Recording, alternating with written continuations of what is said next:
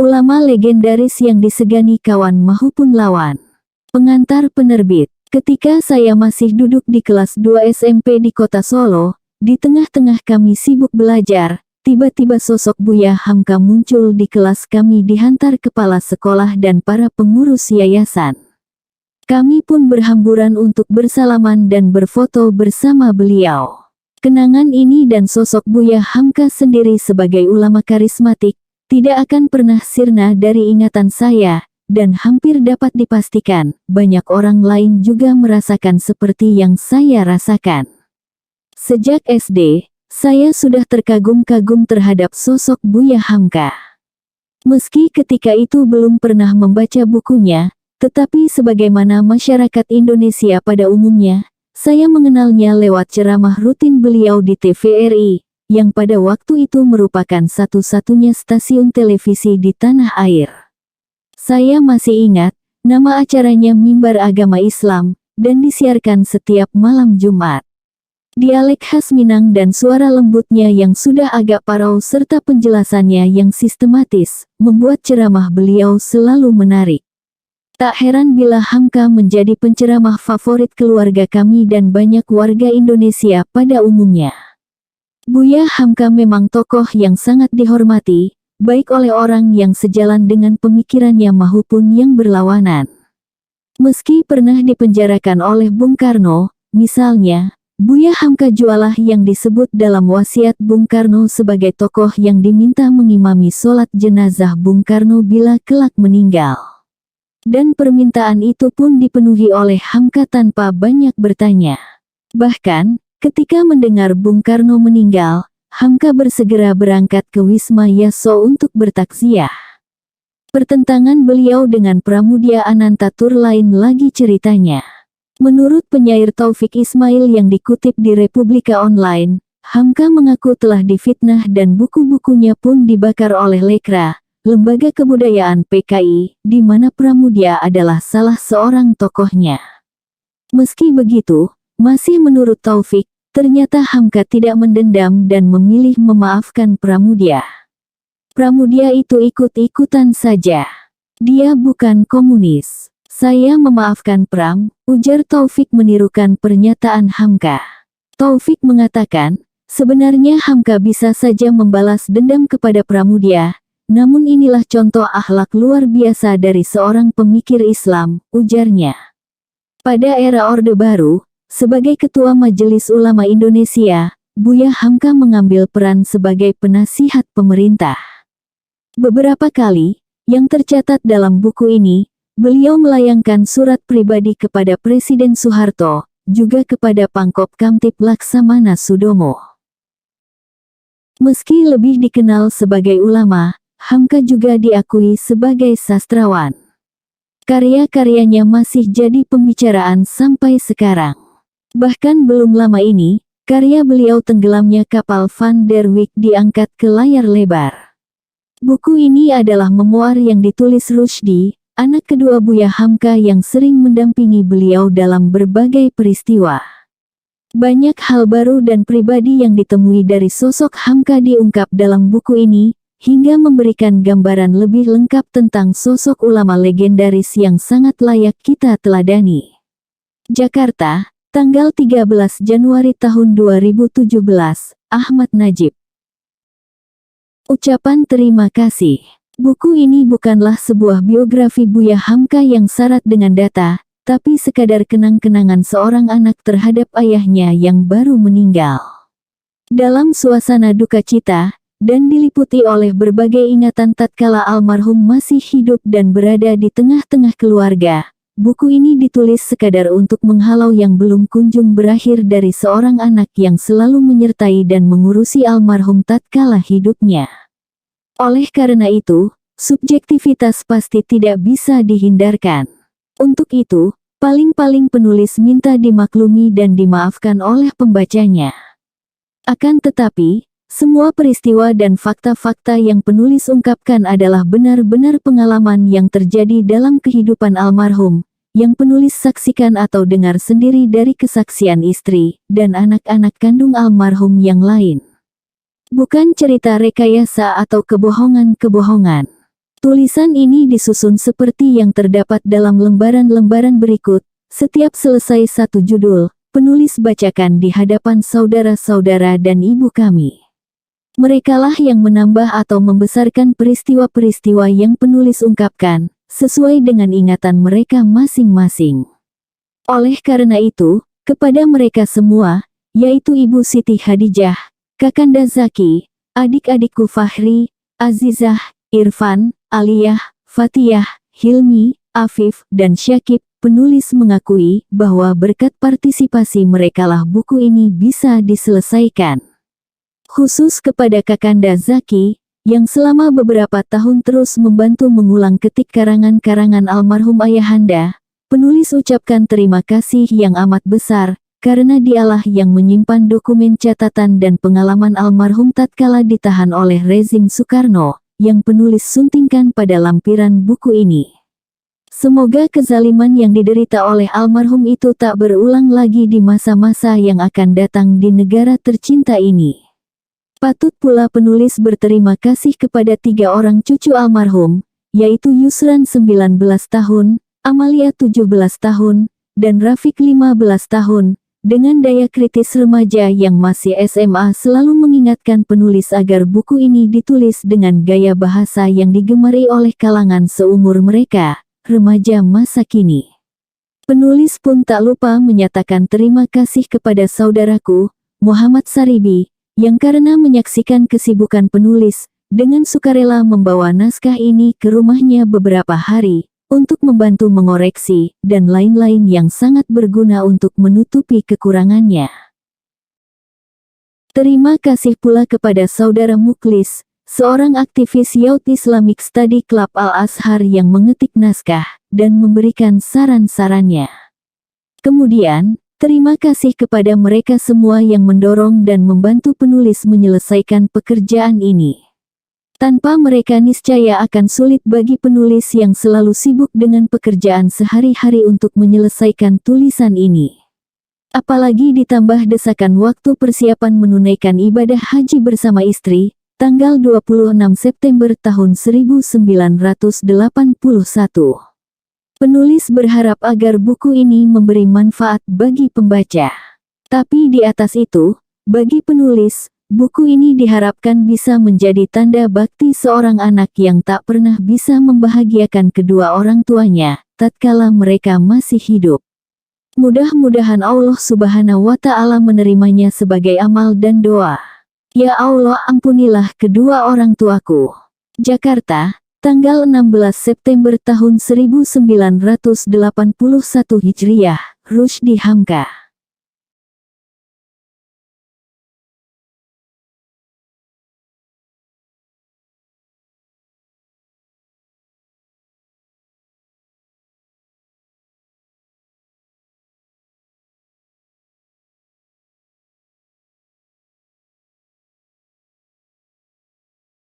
Catatan latar belakang kehidupan Hamka. Di usia belasan tahun, Hamka sudah merantau ke Makkah. Meski merasa kehilangan, ayahnya bangga karena Hamka mampu berpijak pada kakinya sendiri. Haji Abdul Malik Karim Amrullah adalah putra Dr. Syekh Abdul Karim Amrullah, tokoh pelopor dari gerakan Islam kaum muda di Minangkabau yang memulai gerakannya pada tahun 1906 setelah kembali dari Makkah. Syekh Abdul Karim Amrullah yang terkenal dengan sebutan Haji Rasul di waktu mudanya itu, mempelopori gerakan menentang ajaran Rabithah, yakni sebuah gerakan yang menghadirkan guru dalam ingatan, sebagai salah satu cara yang ditempuh oleh penganut-penganut tarekat apabila mereka akan memulai mengerjakan suluk. Selain itu, dia menyatakan pendapat-pendapat yang lain, berkenaan dengan masalah khilafiyah. Di zaman hebat pertentangan kaum muda dan kaum tua, tahun 1908 atau 1325 Hijriah itulah lahir putranya yang bernama Abdul Malik. Dan seketika gerakan kaum muda itu menerbitkan majalah Al-Munir pada April tahun 1911. Abdul Malik yang kemudian dikenal sebagai Hamka dan kerap disapa sebagai Buya Hamka oleh anak-anaknya, maupun orang lain, saat itu baru berusia 3 tahun. Karena lahir di era pergerakan tersebutlah, sejak kecil dia sudah terbiasa mendengar perdebatan-perdebatan yang sengit antara kaum muda dan kaum tua tentang paham-paham agama. Pada tahun 1918, tatkala Malik berusia 10 tahun, ayahnya mendirikan pondok pesantren di Padang Panjang dengan nama Sumatera Tawalib. Sejak itu, Abdul Malik alias Hamka menyaksikan kegiatan ayahnya dalam menyebarkan paham dan keyakinannya. Pada tahun 1922, dia pun melihat bagaimana ayahnya menyambut kedatangan guru dan sahabatnya, Syekh Tahir Jalaluddin Al-Azhari dari Malaya. Dan akhir tahun 1922 itu pula, mulai datangnya pergerakan komunis ke Minangkabau, yang dipelopori oleh Haji Datuk Batuah dan Natar Zainuddin. Datuk Batuah adalah bekas guru utama dari Sumatera Tawalib. Namun pada tahun 1923, kedua pemimpin itu diasingkan Belanda ke Indonesia Timur. Yang satu ke Kalabahi, dan satunya lagi ke Kevanunu. Selanjutnya dipindahkan ke Digul. Akhir tahun 1924, saat berusia 16 tahun, Buya Hamka berangkat ke Tanah Jawa, Yogyakarta. Di sanalah dia berkenalan dan belajar pergerakan Islam modern kepada Hos Cokroaminoto, Ki Bagus Hadikusumo, R.M. Surjopranoto, dan H. Fahrudin. Mereka semua mengadakan kursus-kursus pergerakan di Gedung Abdi Darmo di Pakualaman, Yogyakarta. Dari mereka itulah, Buya Hamka dapat mengenal perbandingan antara pergerakan politik Islam, yaitu Syarikat Islam Hindia Timur dan Gerakan Sosial Muhammadiyah. Setelah beberapa lama di Yogyakarta, dia berangkat menuju Pekalongan, menemui guru, sekaligus suami kakaknya, A.R. Sutan Mansur. Ketika itu dia menjadi Ketua Muhammadiyah Cabang Pekalongan. Di sana pula Buya Hamka berkenalan dengan Citro Suwarno, Mas Ranu Wiharjo, Mas Usman Pujotomo, dan mendengar tentang kiprah seorang pemuda bernama Muhammad Rum. Pada Juli tahun 1925, Buya Hamka kembali ke Padang Panjang dan turut mendirikan tablik Muhammadiyah di rumah ayahnya di Gatangan Padang Panjang. Pada akhir tahun 1925 itu juga, A.R. Sutan Mansur kembali ke Sumatera Barat, menjadi mubalik dan penyebar paham Muhammadiyah di daerah itu. Sejak itulah, Buya Hamka menjadi pengiring A.R. Sutan Mansur dalam kegiatan Muhammadiyah. Februari tahun 1927, Buya Hamka berangkat ke Makkah. Dia menetap beberapa bulan di sana dan baru pulang ke Medan pada Juli tahun 1927. Dia sempat mukim di Makkah selama 7 bulan, bekerja pada sebuah percetakan. Pada akhir tahun 1927, setelah selesai membangun Muhammadiyah di Lok Semawe, Aceh, A.R. Sutan Mansur singgah di Medan.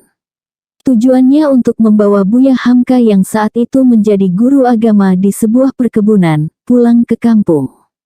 Kongres Muhammadiyah ke-18 pada tahun 1928 di Solo, turut pula dihadiri oleh Buya Hamka. Sepulangnya dari sana, dia ikut meramaikan kepemimpinan Muhammadiyah di Padang Panjang. Jabatan yang pernah diraihnya antara lain menjadi Ketua Bagian Taman Pustaka, Ketua Tablik, sampai menjadi Ketua Cabang Muhammadiyah Padang Panjang. Pada tanggal 5 April tahun 1929, Buya Hamka menikah dengan almarhumah Siti Raham. Mereka menikah pada usia muda. Buya Hamka 21 tahun, sedangkan istrinya berusia 15 tahun. Kemudian, ayah aktif sebagai pengurus Muhammadiyah Cabang Padang Panjang dan sibuk mempersiapkan Kongres Muhammadiyah ke-19 di Minangkabau. Ayah selalu diutus untuk menghadiri Kongres Muhammadiyah.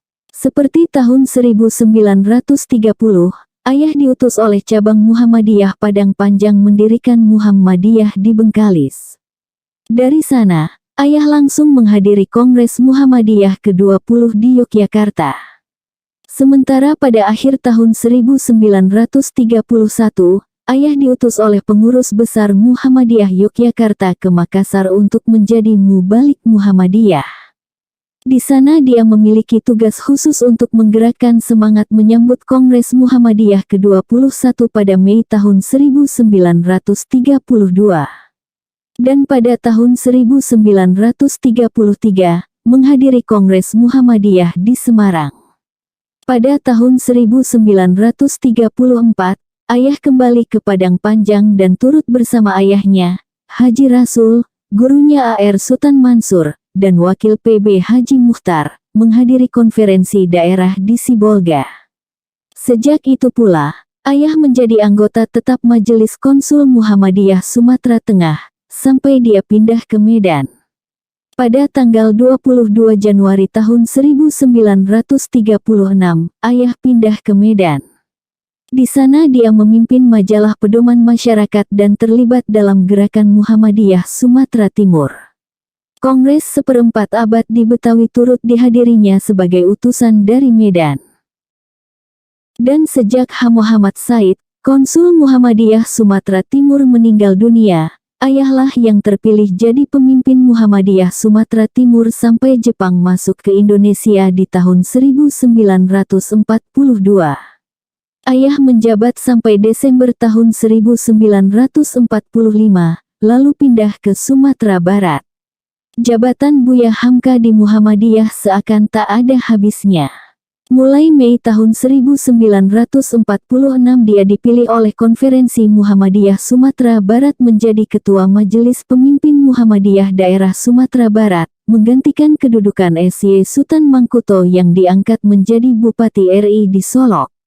Posisi pemimpin Muhammadiyah Sumatera Barat ini diembannya sampai penyerahan kedaulatan pada tahun 1949. Buya Hamka pun turut mengadakan pembangunan Muhammadiyah kembali pada Kongres Muhammadiyah ke-31 di Yogyakarta pada tahun 1950, dan untuk selanjutnya turut menyusun anggaran dasar Muhammadiyah yang baru, dan membuat rumusan kepribadian Muhammadiyah. Maka, pada Kongres Muhammadiyah ke-32 di Purwokerto tahun 1953, dia terpilih menjadi anggota pemimpin pusat Muhammadiyah. Luar biasa memang ayah, selalu dicalonkan oleh Kongres-Kongres Muhammadiyah selanjutnya, Palembang, Yogyakarta, Makassar, dan Padang, untuk duduk dalam kepemimpinan pusat Muhammadiyah. Namun, mengingat usia dan kesehatannya yang berkurang, mulai Kongres di Makassar tahun 1971, ayah memohon untuk tidak lagi dicalonkan jadi anggota pusat pemimpin Muhammadiyah. Sejak Kongres Makassar tahun 1971 itulah, dia ditetapkan menjadi penasihat pemimpin pusat Muhammadiyah. Dan setelah Kongres di Padang pada tahun 1975 sampai akhir hayatnya, dia tetap menjadi penasihat pemimpin pusat Muhammadiyah. Tidak bisa dipungkiri kepribadian Buya Hamka dibentuk oleh bangkitnya pergerakan kaum muda di Minangkabau, yang dipelopori ayahnya, dan keterlibatannya di organisasi Muhammadiyah. Namun, aktivitas Buya Hamka bukan hanya di Muhammadiyah. Setelah terjadi persetujuan Rumroyen Statement dan gencatan senjata Indonesia-Belanda, dia berangkat ke Jakarta, yang disusul oleh istri dan ketujuh anaknya. Pada tahun 1950, ayah memulai karir sebagai pegawai Kementerian Agama, yang kala itu menterinya dijabat oleh Kiai Haji Wahid Hashim.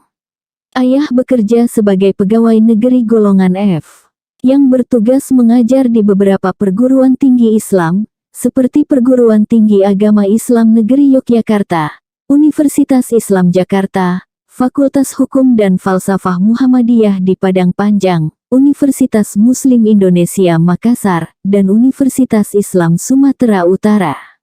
Pada tahun 1950 itu pula, ayah menunaikan rukun haji kedua kalinya, sebagai anggota Majelis Perjalanan Haji Indonesia, yang berangkat dengan kapal Kota Barua, milik KPM. Selesai menunaikan rukun haji, dia melawat ke beberapa negara Arab yang disponsori oleh penerbit Gapura, seraya menuliskan kisah lawatan itu menjadi beberapa buku, di antaranya Mandi Cahaya di Tanah Suci, di Lembah Sungai Nil, dan di tepi Sungai Dajlah. Itulah pengalaman pertamanya melawat ke luar negeri. Dalam perjalanan itu, ayah berjumpa dengan pengarang-pengarang Mesir yang selama ini hanya dia kenal melalui buku-buku bacaannya, yakni Taha Hussein dan Fikri Abadah. Selain itu, ayah bertemu juga dengan Mufti Palestina, almarhum Amin Al-Hussein. Ayah sangat terkesan dengan lawatan ini karena memperluas cakrawala pandangannya. Pada 1952, dia mendapat undangan dari State Department atau Departemen Luar Negeri Amerika untuk mengunjungi negara itu selama 4 bulan. Perjalanan itu ditempuhnya melalui Eropa dan kembali melalui Australia. Inilah perjalanan pertama kali bagi ayah ke dunia barat. Dan ayah pun menuliskan hasil perjalanannya itu dalam sebuah buku berjudul 4 Bulan di Amerika. Selanjutnya, setelah pemilihan umum pertama tahun 1955, Buya Hamka dicalonkan jadi anggota DPR untuk mewakili daerah pemilihan Masyumi, Jawa Tengah. Awalnya dia menolak, tetapi membolehkan jika hanya mengumpulkan suara saja. Saat itu, Buya Hamka tengah berada di Makassar sebagai dosen terbang di Universitas Muslim Indonesia. Pusat Pemimpin Muhammadiyah lalu mengirimkan telegram untuk membujuknya menjadi anggota DPR Konstituante.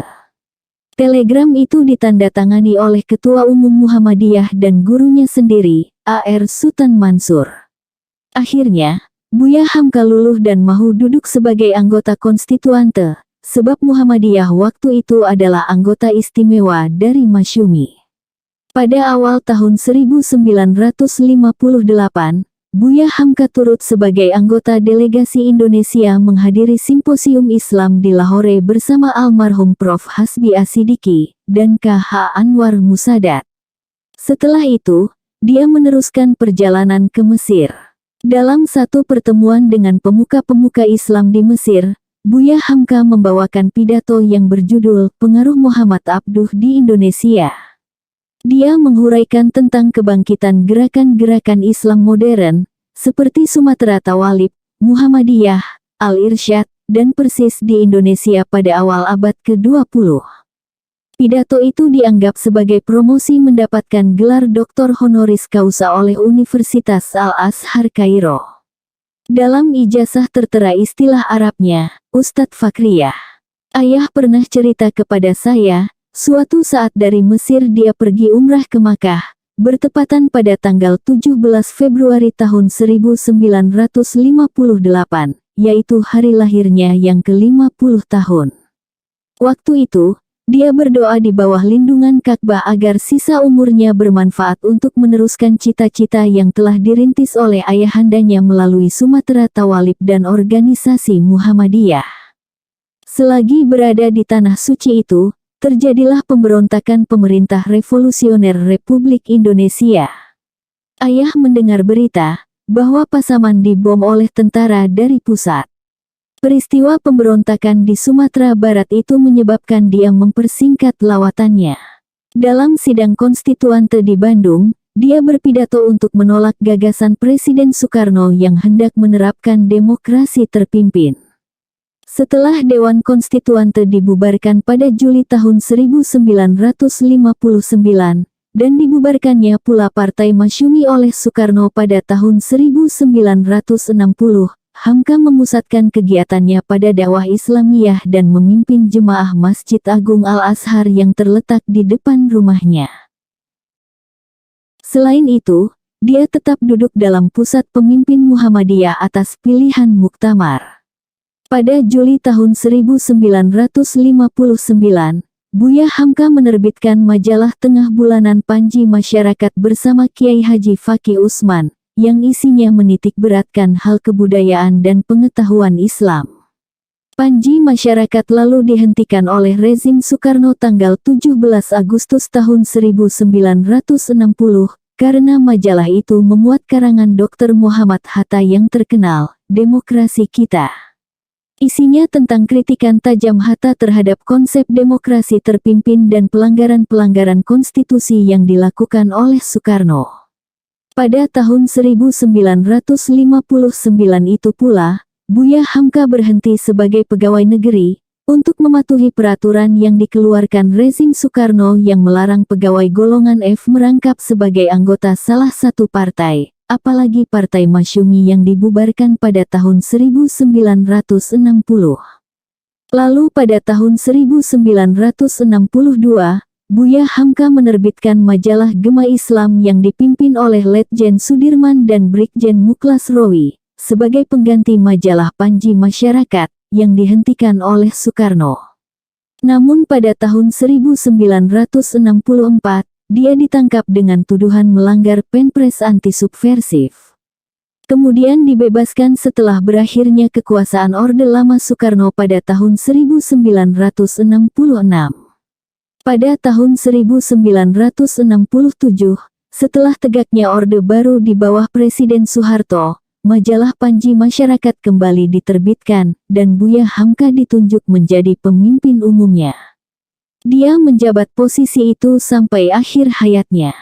Majalah itu berkembang pesat hingga mencapai oplah 50.000 eksemplar dan terbit 3 kali sebulan. Dalam majalah yang diterbitkannya itu, pedoman yang tetap dipertahankannya ialah ajaran tajdid, yakni pembaruan yang dibawa oleh perguruan Tawalib dan Muhammadiyah, meskipun secara formal hal itu tidak dinyatakan secara terang-terangan. Pada tahun 1975, ketika diminta menjadi Ketua Umum Majelis Ulama Indonesia, Buya Hamka terlebih dahulu berkonsultasi kepada pusat pemimpin Muhammadiyah. Dan sewaktu meletakkan jabatan sebagai Ketua Umum Majelis Ulama pada Mei tahun 1981, hingga akhir hayatnya, dia tetap duduk sebagai penasihat pemimpin pusat Muhammadiyah. Saya pun sebagai penulis buku ini, turut ikut membesarkan majalah Panji Masyarakat sejak tahun 1959 sampai sekarang, bersama kawan-kawan yang lebih muda untuk melanjutkan perjuangan bersama. Tongkat-tongkat Buya. Tongkat yang telah menopang tubuhnya selama 23 tahun. Dengan itu pula, Buya Hamka menjangkau dunia. Maninjau, desa kelahiran Buya Hamka dan sejumlah ulama serta pemuka masyarakat lainnya, adalah sebuah danau yang dikelilingi bukit-bukit curam dan hutan yang lebat. Pemandangannya begitu memukau berkat adanya danau biru membentang, yang membuat mata menjadi bersinar kala memandang dan hati menjadi teduh kala merasakannya. Gerakan nyiur yang melambai pun banyak menimbulkan inspirasi untuk sekadar dipantunkan dan menjadi ratapan. Namun, tetap tak mampu menahan putra-putra desa itu pergi merantau untuk mencari nafkah. Rumah-rumah penduduk bertebaran di antara bukit dan danau. Mereka hidup dari tanah persawahan dan ladang-ladang yang tak begitu luas karena keterbatasan lahan. Kemiskinan hidup menyebabkan para generasi muda bercita-cita segera keluar dari lingkungan bukit yang mengelilingi kampung mereka. Mereka merantau, sebuah pilihan yang terpaksa diambil bagi mereka yang mulai dewasa. Mereka memiliki istilah sendiri untuk menyebut negeri lain di luar Maninjau, yakni ke atas. Karena untuk keluar kampung, mereka memang harus mendaki gunung-gunung. Jauh sebelum orang-orang desa itu menggunakan kendaraan bermotor, untuk jalan ke atas itu memerlukan tongkat bagi penopang langkah, mengharungi bukit yang berhutan lebat, dan semak belukar. Saat berusia 11 tahun, ketika terjadi agresi Belanda beberapa kali saya turut mengiringi Buya Hamka bergerilya di hutan-hutan dan gunung-gunung itu. Kadang-kadang kami pergi selama sebulan, sebelum kembali lagi ke kampung. Dan bila tak ada jalan lain keluar, kami mendaki gunung dan masuk hutan, sebelum sampai di desa-desa lain. Saya mengenal dan hampir hafal jalan-jalan di Rimba Malalak, Ranah, atau Air Badarun, untuk sampai ke Bukit Tinggi. Dalam perjalanan itu, tongkat benar-benar sangat membantu. Tongkat bukan hanya untuk menopang langkah ketika mendaki, atau untuk menahan keseimbangan bila menurun, tetapi juga berguna sebagai senjata. terutama untuk menghadapi binatang-binatang berbisa, seperti ular dan kalajengking. Bila sampai di jalan rata, tongkat itu digantungi beberapa barang bawaan kami, seperti bekal dalam perjalanan, ataupun oleh-oleh untuk keluarga dan kerabat di kampung. Benar-benar tongkat multifungsi. Karena banyak putra-putra maninjau yang merantau, kampung mereka pun menjadi sepi dan hanya didiami oleh orang-orang tua dan anak-anak, atau gadis-gadis yang gelisah, menunggu kedatangan kekasih yang berjanji akan meminang. Kata orang, gadis-gadis danau maninjau bersifat agresif dan matanya menantang. Konon mereka begitu karena selalu menengadahkan kepala ke atas bukit-bukit yang curam, merindukan cintanya nun jauh di balik bukit sana. Abdul Malik, gelar Datuk Indomo yang kita panggil dengan nama Hamka, sejak usia sangat muda sudah dikenal sebagai seorang kelana. Ayahnya bahkan menamakan anak itu, si Bujang Jauh. Sejak masa kecilnya yang nakal dan terlunta-lunta, dia berkelana dengan jalan kaki. Bahkan, sampai hari tuanya pun dia tetap berkelana dengan pesawat jet. Itulah salah satu kegiatan hidupnya, berkelana. Dari ujung timur sampai ujung paling barat negeri ini, telah dijalaninya dalam pengembaraan sebagai guru agama, mubalik, atau sebagai peminat sejarah tanah airnya. Begitupun dunia di luar tanah airnya.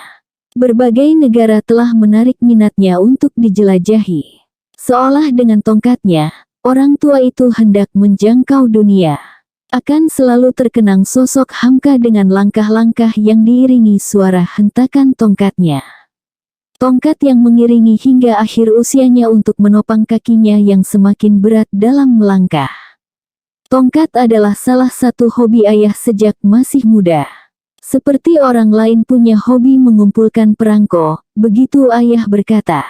Ayah pernah berkisah, di masa mudanya dahulu, banyak orang yang memiliki hobi mengoleksi tongkat, persis seperti dirinya. Jalan pakai tongkat kelihatannya ganteng gagah, jawab ayah ketika saya bertanya sebabnya. Bahkan, pernah diadakan pertandingan Raja Tongkat, seperti yang kita kenal sekarang dengan pertandingan Raja atau Ratu Kacamata. Tapi, ayah tidak pernah ikut pertandingan itu, padahal koleksi tongkatnya banyak. Hadiah dari daerah-daerah yang dikunjunginya, seperti Makassar, Ambon, Aceh, dan Kalimantan. Dan tongkat-tongkat itu sering pula dihadiahkan ayah kepada orang-orang tertentu, sehingga menyisakan sekitar 11 buah tongkat saja. Salah satu di antaranya, hadiah keluarga Bung Hatta, sebuah tongkat yang terbuat dari gading gajah dan diserahkan oleh Ibu Rahmi Hatta beberapa hari setelah proklamator kemerdekaan itu meninggal dunia. Saya masih ingat di dinding rumah kami di Medan dahulu, terpajang sebuah foto ayah ketika berusia menjelang 30 tahun.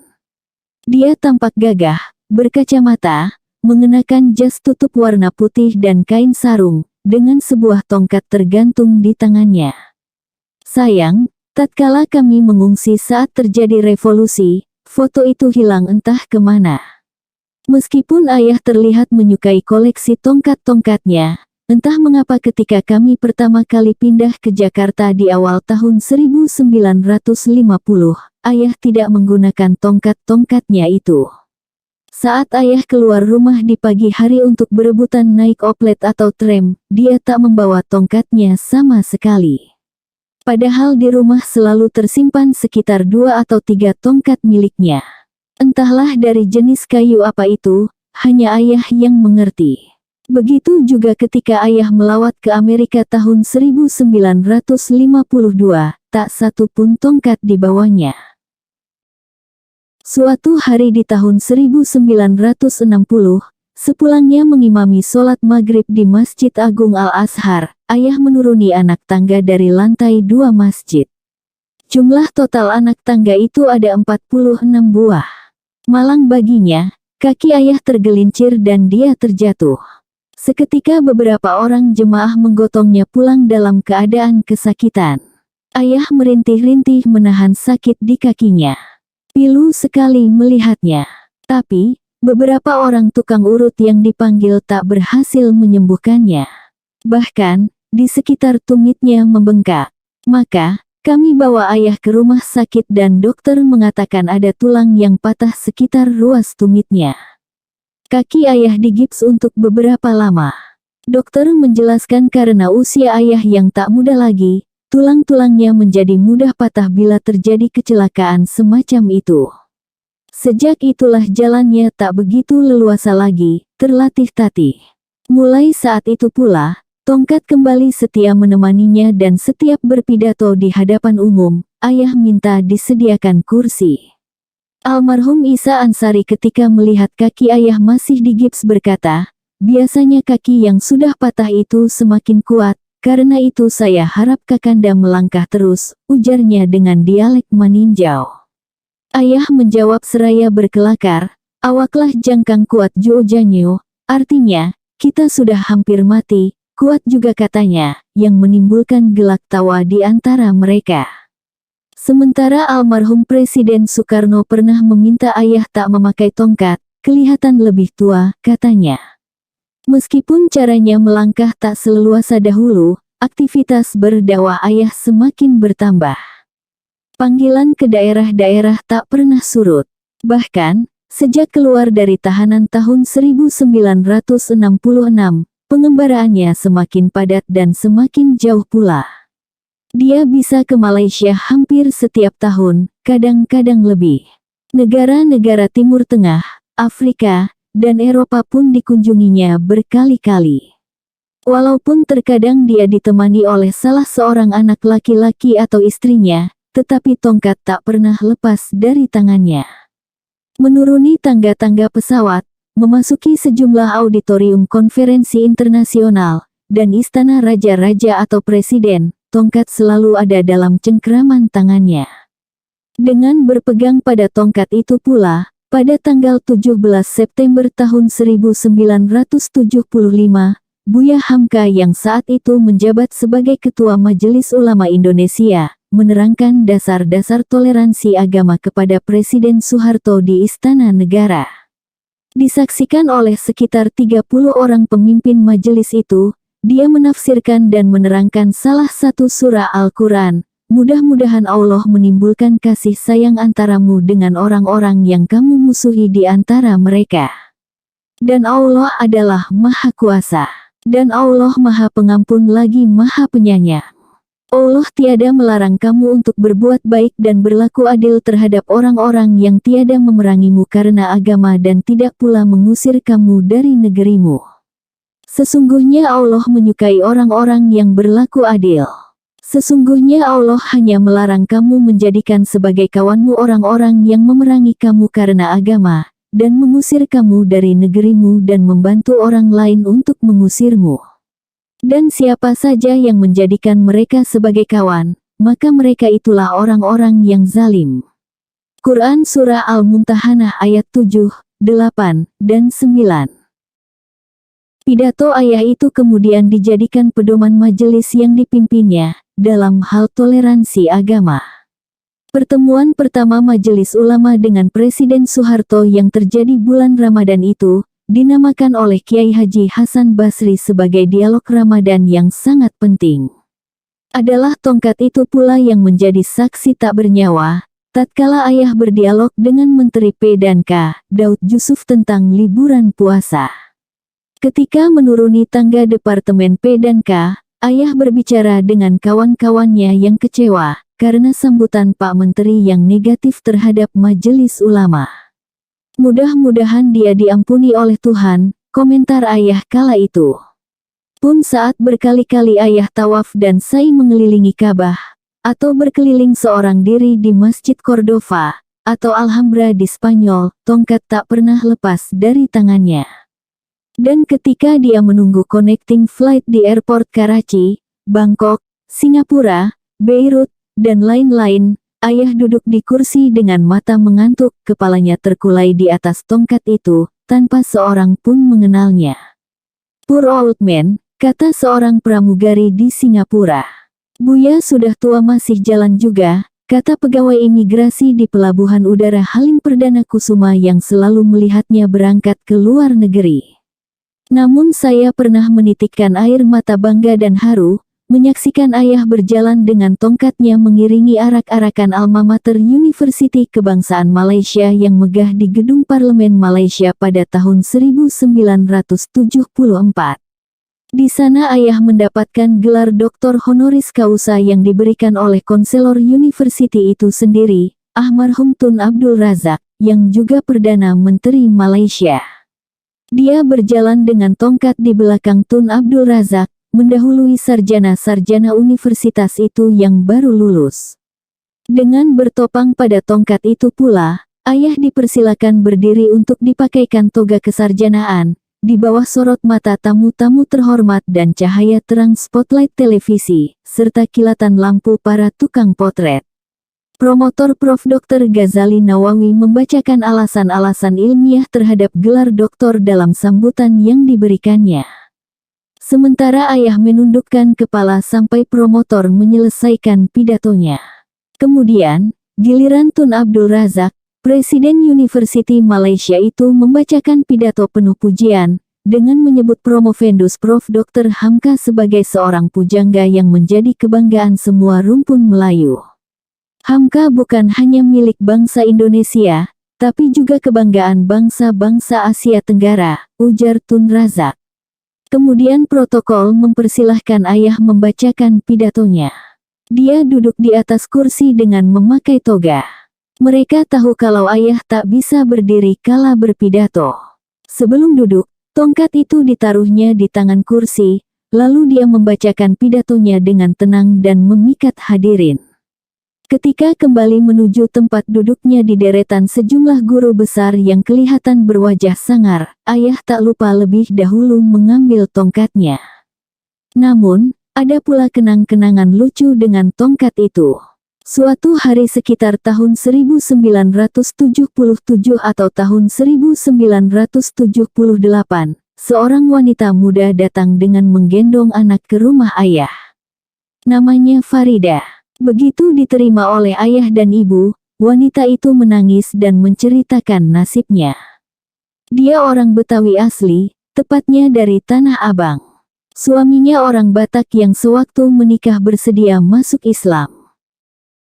Mulanya kehidupan mereka berjalan dengan mesra. Akan tetapi, atas kemauan suami dan katanya atas permintaan keluarga di Tanah Batak sana, mereka pindah ke negeri asal suami. Ternyata, keluarga suami yang bermarga Tobing itu adalah penganut Kristen yang fanatik.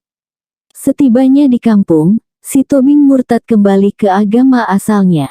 Farida dan anaknya dipaksa masuk agama itu. Bahkan, anaknya yang masih kecil sampai dibaptiskan di sebuah gereja. Farida yang tak tahan menerima siksaan fisik dan bertahan pada iman Islam itu, kemudian lari ke Jakarta bersama anaknya. Tapi Tobing menyusul, dengan alasan mau mengambil anaknya. Atas anjuran kedua orang tuanya, Farida yang ketakutan meminta suaka ke rumah Buya Hamka yang waktu itu dikenal sebagai Ketua Umum Majelis Ulama. Farida dengan tekad yang tak dapat ditawar-tawar lagi, minta bantuan agar Buya bisa mengusahakan perceraian mereka. Perceraian Farida diurus ke Pengadilan Agama dengan bantuan Sekretaris Majelis Ulama, Amiruddin Siregar. Sedang soal perlindungan, ayah mempersilahkan Farida tinggal bersama anak-anaknya di rumah Jalan Raden Patah. Lama juga Farida tinggal di sana. Dia turut membantu pekerjaan dapur dan kehadirannya sudah selayaknya keluarga sendiri bagi kami. Namun, Farida tetap tak berani keluar rumah karena Tobing masih mondar-mandir di jalan, menanti kesempatan merebut anak mereka. Kadang-kadang terlihat Tobing bersama beberapa orang kawannya. Melihat gelagat itu, anak-anak Buya yang laki-laki meningkatkan kewaspadaan pula. Selama beberapa lama tidak ada kejadian apa-apa. Mungkin Tobing takut melihat rumah yang selalu ramai dengan anak-anak muda dan tamu-tamu yang datang. Kemudian, ibu pernah cerita, pada suatu hari, bersama kawannya yang berkulit hitam dan berambut gondrong, Tobing memberanikan diri mengetuk rumah Buya. Keadaan rumah agak sepi karena waktu itu jam kerja, saat anak laki-laki tak ada di rumah. Dengan logat Bataknya yang khas, Tobing membentak, menuntut agar Farida dan anaknya diserahkan. "Bapak tidak berhak menahannya di sini," kata Tobing. Sementara kawannya duduk di kursi tanpa dipersilahkan lebih dahulu. Sejenak terjadi pertengkaran di ruang tamu, sedang Farida yang berada di kamar lain, memeluk anaknya dengan ketakutan. Dengan tenang, ayah mengundurkan diri. Dia berjalan mengambil salah satu tongkat yang berujung runcing dan dilapisi besi. Setelah komat kamit di bibirnya membaca sesuatu, ayah kemudian mengentakkan ujung tongkat itu ke lantai. Dengan suara keras, dia membentak pemuda yang tak sopan itu. "Keluar kalian," katanya, sedang ujung tongkat itu diarahkannya ke mata Tobing. Dan mata ayah terus menentang lawannya. Baik Tobing maupun kawannya terpana sejenak. Tanpa bersuara lagi, mereka tergopoh-gopoh ke pintu keluar. Entah firasat apa, saya datang menemui ayah saat Tobing dan kawannya keluar dengan ketakutan, lalu saya tanyakan apa yang terjadi. Nyaris-nyaris, ayah menusuk mata si kafir itu dengan ini, "Kalau kena buta dia," kata ayah. Dan ayah pun menceritakan seluruh kejadian itu dengan suasana yang lucu. Kemarahannya sudah raib. Saya geleng-geleng kepala mendengarnya, karena menganggap ini bukan cerita yang lucu. Apa yang akan terjadi pada diri ayah yang tua dan lemah, seandainya orang semuda Tobing menarik tongkat itu dengan sekuat tenaga? Ayah cuma tersenyum mendengar kecemasan saya. Akhirnya, perjuangan Farida membawa hasil. Perceraiannya dikabulkan dan mendapatkan hak asuh anaknya. Mereka tinggal bersama orang tua Farida. Kabarnya kemudian dia menikah lagi dengan orang yang seagama dan bekerja pada sebuah salon kecantikan. Sebuah kejadian lain yang hampir mirip, saya alami sendiri. Saat itu, kami kedatangan 3 orang pedagang buku Advent. Semula saya menyambut mereka dengan ramah dan menjelaskan kalau pemilik adalah seorang haji yang sudah tua. Bukannya pergi, penjual buku itu malah bersemangat meyakinkan saya bahwa agama yang mereka siarkan lebih hebat dan benar. Tentu saja terjadi perdebatan antara kami. Ayah yang saat itu menanti saya di meja makan, mendengar perdebatan kami. Tiba-tiba saja dia keluar. "Sudah, pergi ke sana, ke rumah orang yang seagama dengan kalian," ujarnya. Tamu-tamu itu tak juga mau bergerak, malah berusaha melunakkan hati kami dengan senyum yang sengaja dimanis-maniskan. Ayah kembali ke belakang dan tak lama keluar lagi membawa tongkatnya. "Mau keluar atau tidak?" katanya membentak dengan mengacungkan tongkat. Ujung tongkat itu hampir mengenai hidung salah seorang di antara mereka. Barulah tamu-tamu tak diundang itu pergi sambil ketakutan. Tapi melihat wajahnya, saya tahu dalam hatinya ayah menahan tawa. Tak lama setelah mereka pergi, tawa kami berdua meledak. Ada lagi cerita tentang tongkat yang tak kurang menggelikan. Saya mendengarnya dari Adinda Afif. Pada suatu subuh, ayah keluar lebih dahulu ke Masjid Al-Azhar, sedangkan ketiga anaknya, Hilmi, Afif, dan Syakib menyusul belakangan.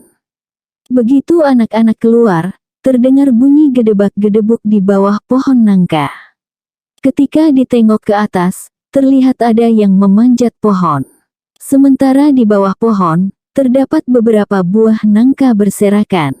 "Nah, ini dia malingnya," pikir mereka. Memang sudah beberapa kali nangka itu dicuri. Selama ini bila kami ingin makan gulai sayur nangka, tak pernah membeli di pasar. Cukup memetik di pohon depan rumah kami itu. Bila nangka-nangka itu dicuri, tentunya kami akan merugi. Segera kami meminta pencuri itu turun untuk ditangkap. Meskipun dia mencoba menggertak dengan pisau, beberapa kali tendangan dari ketiga anak ayah yang sudah menguasai beberapa jurus bela diri, mampu melemahkannya. 2 orang lalu pergi ke masjid untuk menunaikan sholat subuh, sedang seorang lagi menjaga agar si pencuri tidak melarikan diri. Ketika ayah pulang dari masjid, dia hendak menginterogasi pencuri tersebut. Sayangnya si pencuri berniat melawan dengan senjatanya yang lupa dilucuti sewaktu ditangkap tadi.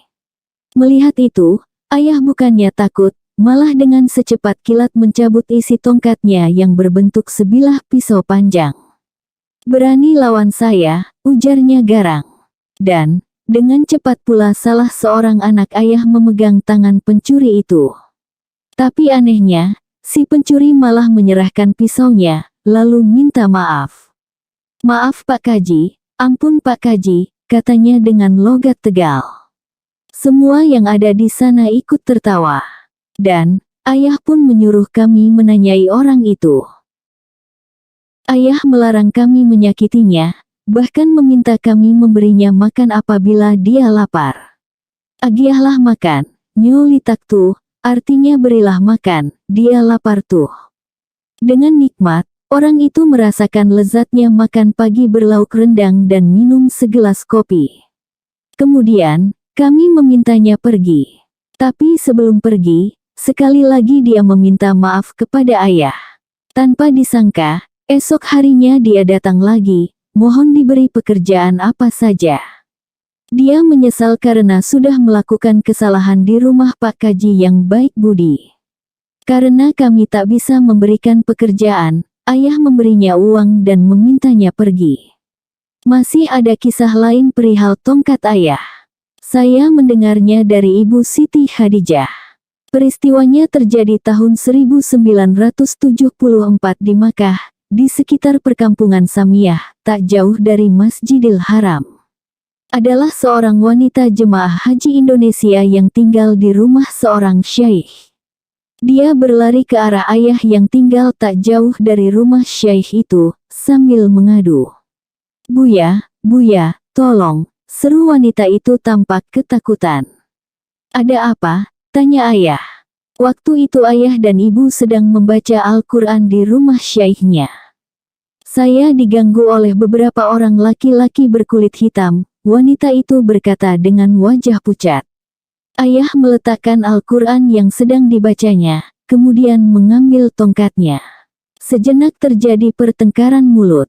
Laki-laki Arab yang hitam dan bertubuh besar itu tak mau diam, begitupun ayah yang sudah tua dan tinggi badannya hanya setengah dari tubuh lelaki Arab itu. Kedua pihak sama-sama gigih adu mulut. Ibu ketakutan kalau perang mulut itu berubah menjadi adu jotos, pasti ayahlah yang bakal kalah. Ayah mundur beberapa langkah, tongkatnya diangkat tinggi-tinggi, menggertak Arab itu. Tapi entah kenapa Arab itu diam saja dan tiba-tiba pergi. Mungkin ketakutan, mungkin sungkan, entahlah. Tongkat menemani ayah hingga akhir hayatnya. Sebuah tongkat yang paling sering dibawanya menjelang berakhirnya usia ayah, adalah sejenis kayu dari Pakistan, yang tersandar di bagian kepala pembaringannya di ruang ICU Rumah Sakit Pertamina. Ketika ayah meninggal, saya lihat Afif mengemasi tongkat itu bersama sebuah peci yang terletak di sebuah meja. Kemudian, dia berjalan di belakang kereta jenazah, keluar dari ruangan. Ketika kami tiba di rumah untuk menerima tamu-tamu yang berdatangan melayat, Afif masih saja memegang tongkat itu dengan erat. Tongkat yang telah menjadi penopang langkah seorang lelaki kuat, yang dibawanya sebagai senjata dan membantu kakinya yang pernah patah, untuk bergerak. Tongkat yang telah menuntun tubuh seorang ayah yang mengidap penyakit diabetes selama 23 tahun. Dan dengan tongkat itulah, ayah menjangkau dunia. Entah di mana tongkat itu kini. Meskipun tak tampak di mata kami, kenangannya akan selalu hadir di relung hati kami yang terdalam. Ibu, obat hati ayah dan anak. Ucapan-ucapannya selalu menguatkan hati dan membantu suaminya mengambil keputusan yang tepat. Dialah Umi, seorang wanita sederhana pendamping Buya Hamka. Di balik suksesnya seorang lelaki, pasti ada seorang perempuan yang berperan di belakangnya. Demikian Buya Hamka, banyak orang penasaran peran perempuan di balik layarnya. Perempuan kuat yang menyokong kegiatan Buya Hamka yang padat dan sibuk dalam kegiatan kemasyarakatan. Perempuan yang mengurus rumah tangganya. Maka, Kali ini izinkan saya menjabarkan peran almarhumah Umi Hajah Siti Raham, yang mendampingi kehidupan Buya Hamka selama 43 tahun, dan melahirkan 10 orang anak. Itu belum termasuk 2 orang anak yang meninggal, dan 2 orang anak yang keguguran. Umi adalah perempuan yang sederhana. Kala melihat foto-fotonya saat muda, saya merasa Umi adalah wanita yang tidak begitu cantik, tapi manis. Pandangan matanya sayu dan hidungnya mancung. Berbeda dengan ayah yang suka bersajak-sajak dan memuja keindahan alam, Umi bila bicara selalu terus terang, polos dengan aksen Minang yang sangat kentara. Namun terkadang dia pun menggoda ayah, tatkala melihat fajar dari tangga Masjid Al-Azhar di waktu subuh. Lihat, Mi, fajar menyingsing itu, paduan warna pagi ini berbeda dengan yang kemarin dan esok. Begitu seterusnya tak pernah sama sepanjang tahun dan sepanjang abad. Tak seorang pelukis pun yang bisa meniru komposisi warna itu. Itulah kuasa Tuhan, kata ayah, tatkala merayu Umi. Pandanglah lama-lama, nanti lama-lama pula kuliahkan kepada kami, jawab Umi tersenyum. Salah satu kebiasaan ayah ialah mengentak-entakkan kedua jari telunjuknya di atas meja seperti mengetik dengan 2 jari. Kalau ada mesin tik dan kertas, jadilah sebuah karangan. Kebiasaan itu bisa berlangsung pada waktu makan, atau ketika menerima tamu, atau dalam perjalanan. Umi tak begitu suka dengan kebiasaan itu, dan selalu memperingatkan ayah. Namun, caranya memperingatkan sambil bergurau. Misalnya Umi akan berkata, "Lah tiba pula akuan angku haji," yang artinya sudah tiba pula akuan angku haji. Akuan adalah sejenis makhluk halus atau jin yang menjadi kawan orang-orang yang menjadi dukun. Biasanya ayah tersipu-sipu mendengar teguran Umi itu. Angku Haji adalah panggilan Umi untuk suaminya sejak mereka berumah tangga. Saya tak pernah mendengar Umi memanggil abang, atau kakanda, atau uwo, menurut kebiasaan di kampung kami, tetapi selalu Angku Haji. Hanya setelah mereka punya cucu, mereka saling memanggil ayah atau Umi, seperti anak-anak memanggil mereka, atau Andung dan Nambo seperti cucu-cucu memanggil mereka. Sehari-hari kedua orang itu berbicara dengan bahasa Minang dialek Sungai Batang. Dan meskipun selama 40 tahun merantau, di Makassar 3 tahun, Medan 11 tahun, Jakarta 22 tahun, selebihnya Padang Panjang, bagi Umi yang meninggal tahun 1972, bahasa Sungai Batangnya tetap medok. Betapapun berbicara dengan bahasa Indonesia, tapi aksen Sungai Batang tak pernah hilang, sehingga menjadi bahan tertawaan anak-anak. Ayah bercerita bahwa pertemuan nasib mereka dimulai tatkala ayah pulang dari Makkah tahun 1927. Konon kakek kami, Dr. Abdul Karim Amrullah, tengah mengalami kekecewaan karena rumahnya di Padang Panjang musnah terkena gempa bumi pada tahun 1926. Siswa-siswa perguruan Sumatera Tawalib yang dipimpinnya telah dipengaruhi oleh paham komunis, dan mereka mulai berani mengadakan perlawanan terhadapnya. Gerak-geriknya diawasi oleh spion-spion Belanda yang siap menangkapnya. Dalam keadaan murung itu, putranya Abdul Malik alias Buya Hamka, alias ayah kami, yang banyak ulah, telah menghilang dari rumah dan tahu-tahu didapat kabar dia pergi ke Makkah. Begitu ayah pulang dari Tanah Suci, tak pula langsung ke kampung, tapi konon ayah luntang-lantung mengajar mengaji kuli-kuli kontrak di perkebunan Sumatera Timur. A.R. Sultan Mansur, salah satu menantu kakek, yakni suami kakak perempuan Buya Hamka yang berada di Aceh, dan dikenal sebagai pemimpin Muhammadiyah, diperintahkan kakek untuk membawa Buya Hamka pulang dan menemuinya. Maka, Sultan Mansur pun ketika kembali dari Aceh, singgah di sebuah perkebunan dekat tebing tinggi, membawa Buya Hamka yang telah bergelar haji itu, pulang ke kampungnya. Sampai di kampung, kakek menyambutnya dengan haru dan bangga. Kakek bangga akan kemandirian ayah yang telah bergelar haji, bahkan dikenal pula sebagai ulama terkemuka di Minangkabau. Padahal usianya baru 19 tahun. Menurut cerita ayah, setelah kembali dari Makkah itulah dia baru merasakan kasih sayang yang utuh dari kakek. Kedua anak dan ayah itu memang telah lama berjauhan sejak terjadinya perceraian kakek dan nenek. Masing-masing mereka telah menikah lagi dan memiliki anak-anak pula. Alangkah pahitnya masa kanak-kanak ayah. Pergi ke rumah ayah bertemu ibu tiri, pergi ke rumah ibu, ada ayah tiri, tutur ayah ketika mengenang masa lalunya. Semua keluarga pihak ayah membenciku, tambahnya. Tapi setelah pulang dari Makkah, kakek memberi ayah jubahnya yang terbagus dan serban yang paling mahal. Sewaktu hari Jumat, kami berjalan berdua memakai serban. Kepada setiap orang yang bertemu di jalan, Nambo tak lupa memperkenalkan ayah dengan sebutan Haji Abdul Malik, ini anak saya baru pulang dari Makkah. Ah! Alangkah bangga hati Nambo waktu itu, tambahnya mengenang. Matanya berkaca-kaca. Beberapa hari setelah berada di kampung itu, pamannya, Haji Yusuf Amrullah, mengajaknya bicara empat mata. Haji Yusuf membicarakan kesulitan-kesulitan dan duka cita Nambo, bahwa rumahnya di Padang Panjang telah hancur tertimpa gempa bumi. Pelajar-pelajar tawalib membangkang dan Belanda memata-matai gerak-geriknya. Berdasarkan keadaan itu, Haji Yusuf meminta pengertian ayah agar menggembirakan hati Nambo yang sedang berduka. Kepulanganmu membuatnya bahagia, oleh karena itu obatlah hati buyamu, kata Haji Yusuf. Bagaimana saya mengobatinya? Tanya ayah kala itu yang belum mengerti maksud pamannya.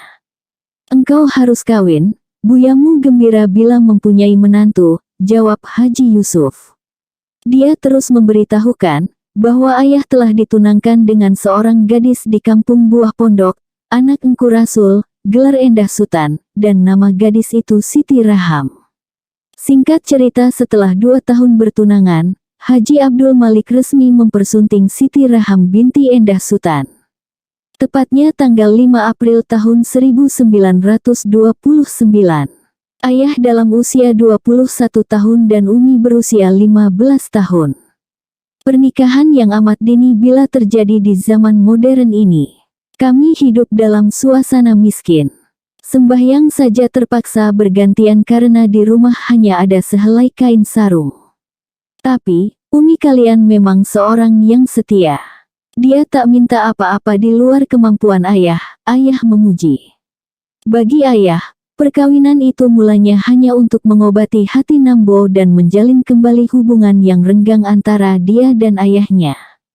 Tapi setelah menikah selama beberapa tahun, ayah bersyukur Nambo telah menjodohkannya dengan Siti Raham, karena perempuan itu begitu mulia dan rendah hati. Ayah sangat mencintai Umi. Tak banyak cerita yang berhasil saya himpun di tahun-tahun awal pernikahan ayah dan Umi. Namun yang saya ingat, puncak kemiskinan ayah dan Umi ialah tatkala lahir anak ketiga, yaitu saya sendiri. Abang saya yang tertua bernama Hisham, lahir di kampung, meninggal dalam usia 5 tahun. Dia sakit-sakitan setelah kembali dari Makassar. Di Makassar, Zaki lahir. Setelah mempunyai 2 orang anak, mereka kembali ke Padang Panjang.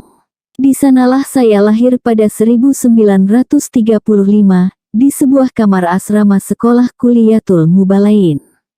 Ayah menamakan kamar tempatnya menumpang itu kamar sudut, karena letaknya yang terpojok di bagian sudut asrama. Ketika saya berusia beberapa bulan, ayah pergi ke Medan karena ada tawaran kerja di majalah Pedoman Masyarakat. Umi, Zaki, dan saya menyusul kemudian. Adapun abang yang tertua meninggal di kampung selagi ayah berada di Medan. 11 tahun kami tinggal di Medan, sampai tahun 1945.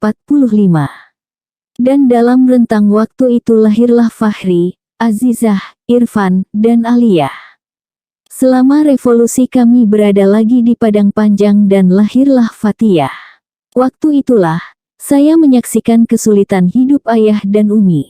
Bagaimana ayah tetap bertanggung jawab pada keluarga dengan 7 orang anak, dan kesetiaan Umi. Ditambah pula dengan beberapa kemenakan, karena menurut adat Minang, seorang mamak punya tanggung jawab terhadap kemenakan, yaitu anak saudara perempuannya. Sejak mudanya, ayah bukanlah pegawai pemerintahan atau pedagang, sebagaimana kehidupan kebanyakan lelaki di kampung kami. Hidupnya semata-mata dari honor karangan dan pemberian murid-muridnya. Di Medan, ayah memimpin majalah dengan oplah sekitar 5.000 eksemplar, juga mengarang beberapa buku. Ketika pindah ke Padang Panjang dalam suasana revolusi, ayah jelas tak punya sumber kehidupan tetap yang diharapkan setiap bulan. Pagi-pagi ayah keluar rumah, bertemu dengan kawan-kawannya, pemimpin Muhammadiyah. Kadang-kadang sore atau malam hari baru pulang. Uang yang diperoleh seluruhnya diserahkan kepada Umi. Sebagai konsul Muhammadiyah Sumatera Barat, ayah sering turne atau keliling ke kampung-kampung. Zaman revolusi itu tak ada kendaraan bermotor. Biasanya ayah pergi naik bendi dan tak jarang pula berjalan kaki. Berhari-hari dia baru pulang ke rumah. Sering kali saat ayah pulang turne, saya mendengar pertanyaan ayah kepada Umi yang telah lama menanti, tatkala menginjakkan kaki di tangga rumah, "Lai makan nak urang," yang artinya adakah anak-anak makan. Umi mengangguk dan tersenyum seraya mengambil bungkusan-bungkusan yang dibawa ayah. Anak-anak memang tidak sampai kelaparan, karena Umi menjual harta benda simpanannya yang dibawa dari Medan. Kalung, gelang emas, dan kain-kain batik halus yang dibelinya di Medan sewaktu ayah masih menjadi hufredaktur pedoman masyarakat, dijual dengan harga di bawah pasar, untuk dibelikan beras dan biaya sekolah anak-anak. Tak jarang saya lihat Umi menitikkan air mata tatkala membuka lemarinya untuk mengambil lagi kain-kain simpanannya. Kemudian dia jual ke pasar. Sekali ayah pernah mengeluarkan beberapa helai kain bugisnya untuk dijual, tapi Umi mencegahnya, "Kain angku haji jangan dijual, biar kain saya saja, karena angku haji sering keluar rumah. Di luar jangan sampai angku haji kelihatan sebagai fakir yang miskin," kata Umi. Demikianlah dalam keadaan sederhana itu, Umi masih mempertimbangkan kehormatan suaminya. Setiap ayah hendak keluar rumah, Umi memperhatikan pakaian yang akan dipakai. "Jangan dipakai juga kemeja itu, kopiah dibersihkan dahulu," tegur Umi berkali-kali terhadap ayah yang kurang peduli dengan hal-hal semacam itu. Puncak penderitaan keluarga kami, ialah tatkala tentara kerajaan Belanda menduduki Padang Panjang dalam agresi kedua tanggal 19 September tahun 1948. Ayah mengungsikan kami ke kampung Sungai Batang. Sementara dia sendiri berkeliling di daerah pedalaman menjadi juru penerangan rakyat, dalam kedudukannya sebagai Ketua Front Pertahanan Rakyat Sumatera Barat.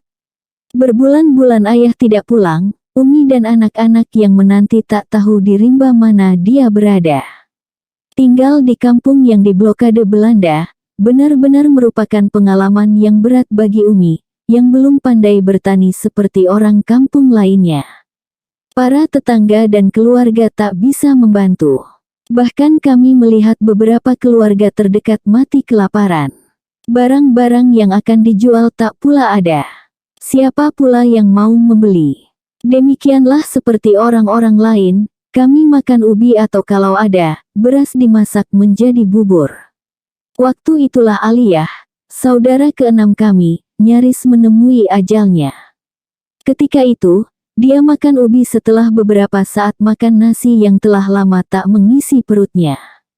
Lalu, perutnya sakit.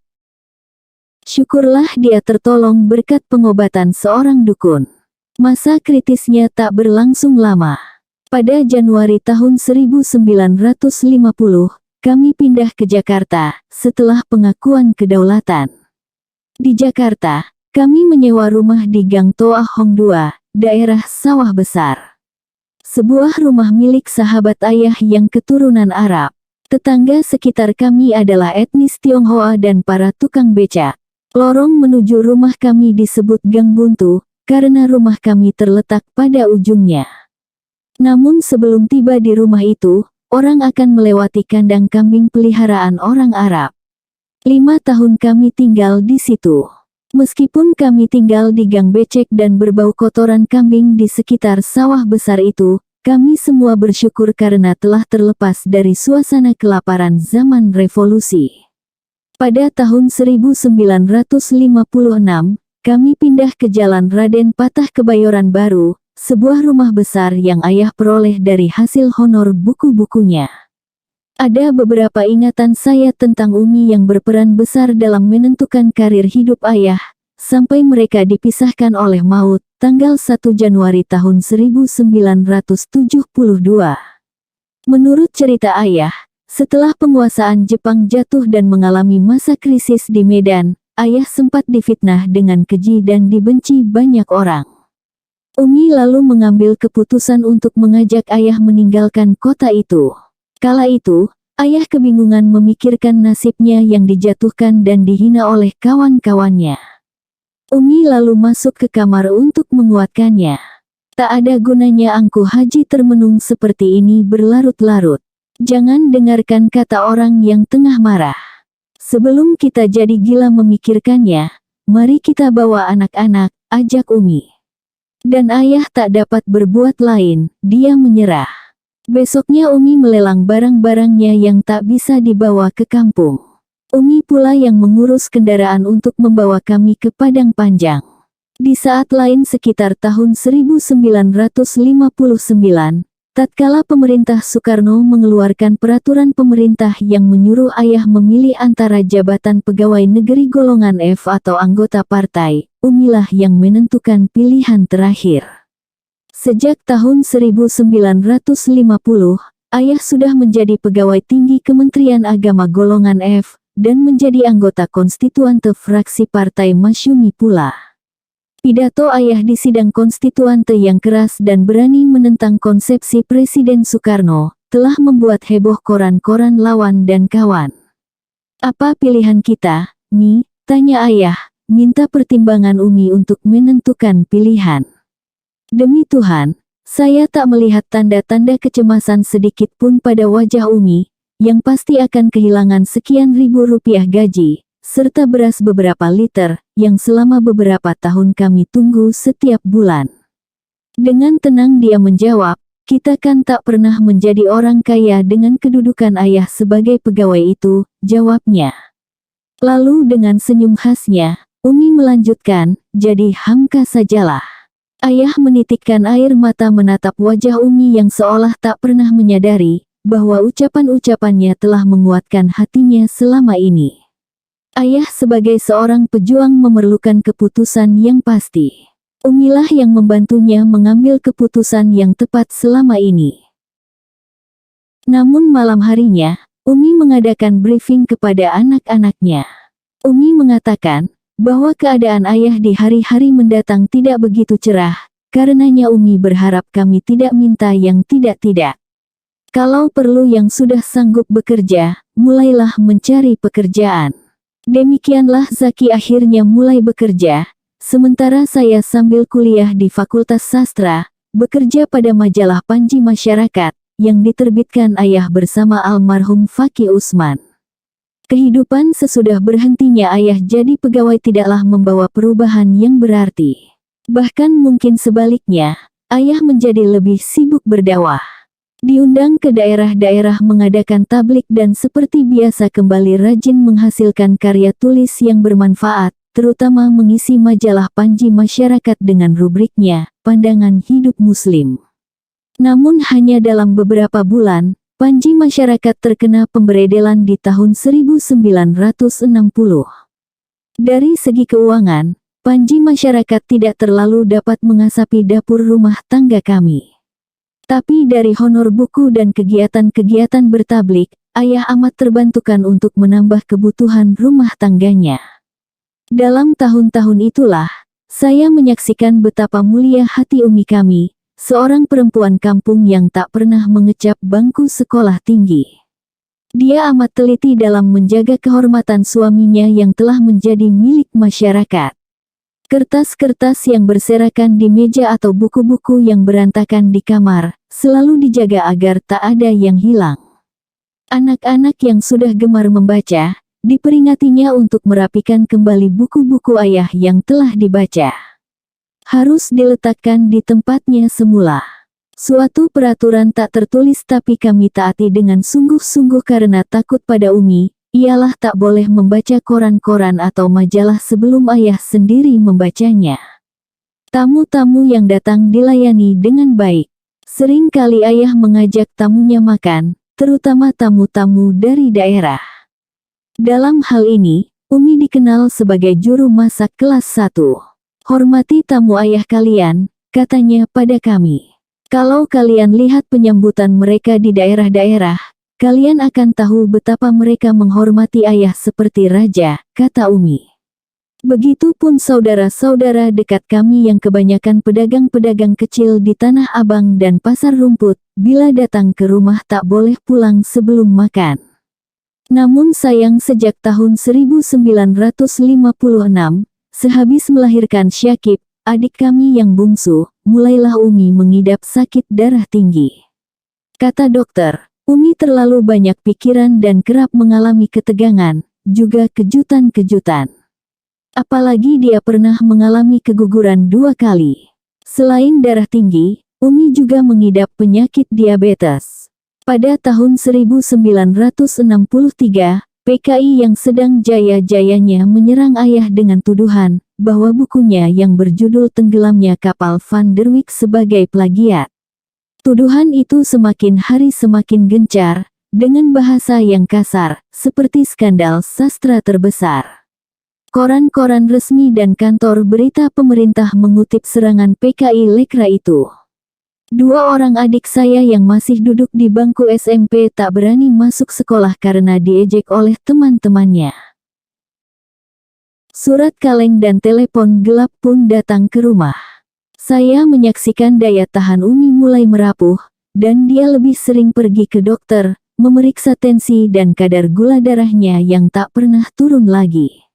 Badannya kelihatan tambah lemah dan lebih banyak tinggal rumah. Bulan puasa tahun 1964, tiba-tiba rumah kami didatangi 2 orang polisi. Saat itu, ayah baru saja pulang dari Masjid Al-Azhar sehabis mengadakan pengajian ibu-ibu.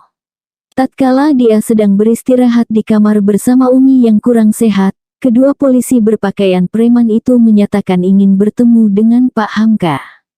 Saya menemui kedua polisi itu, menanyakan maksudnya.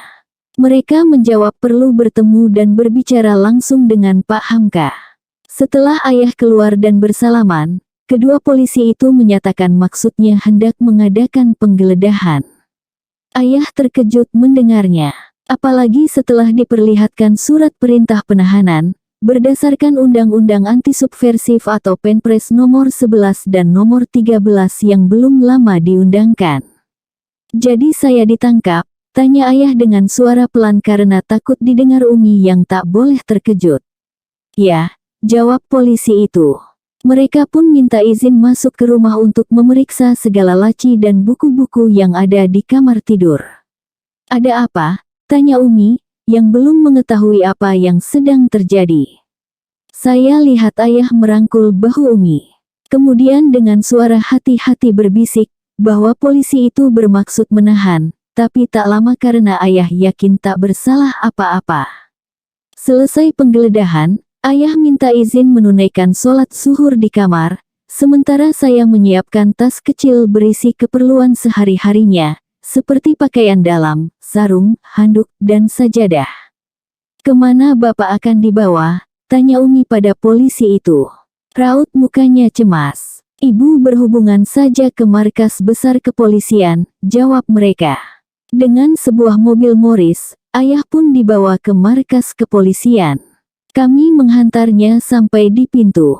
Begitu mobil bergerak, Umi yang sedang berdiri di teras rumah, jatuh pingsan tak sadarkan diri. Umi, teriak kami. Saya mengangkat dan membawanya ke kamar. Adik-adik lain yang berada di rumah saat itu mengambil air minum dan berusaha menyadarkan Umi. Begitu sadar dia mengucapkan istighfar berkali-kali. Ya Allah, sabarkan hatiku, ujarnya dalam bahasa Minang. Kemudian dia menangis lama sekali, dikelilingi oleh anak-anak dan menantu yang mulai berdatangan. Keesokan harinya mulailah kami mencari keterangan di mana ayah ditahan, apakah boleh dihantarkan makanan dan sebagainya. Namun, kami tak mendapatkan jawaban yang memuaskan. Mereka bilang tunggu kabar lebih lanjut. Penantian tanpa kepastian itu menyiksa batin kami. Umi terutama, kecemasannya tak berakhir. Kami menanti dengan gelisah, khawatir ayah terluka. Kami selalu mengumandangkan doa, agar ayah baik-baik saja. Menjelang Lebaran baru ada berita, bahwa kami diberi kesempatan bertemu ayah di sekolah kepolisian Sukabumi. Semua anak-anak ingin menemui ayah. Dengan sebuah mobil tua yang kerap mogok, kami berangkat bersama Umi ke Sukabumi. Selama 1 jam kami menunggu di aula sekolah polisi Sukabumi, dengan perasaan tak menentu. Barulah kemudian ayah datang dikawal polisi berwajah garang dan tegang. Ayah tampak agak kurus dan kulitnya seakan bertambah hitam. Saya lihat Umi yang semakin kurus setelah beberapa hari kebelakang sakit dan bersedih hati, saat itu tersenyum menyambut ayah. "Bagaimana, sehat?" tanya Umi. "Alhamdulillah," jawab ayah yang juga mencoba tersenyum. Umi kemudian menceritakan kelucuan cucu-cucu yang masih berumur 1 tahun untuk menceriakan suasana. Anak si Rusdi banyak makan, tapi anak si Fahri pendiam. "Bagaimana kawan-kawan di Masjid Agung Al-Azhar?" tanya ayah.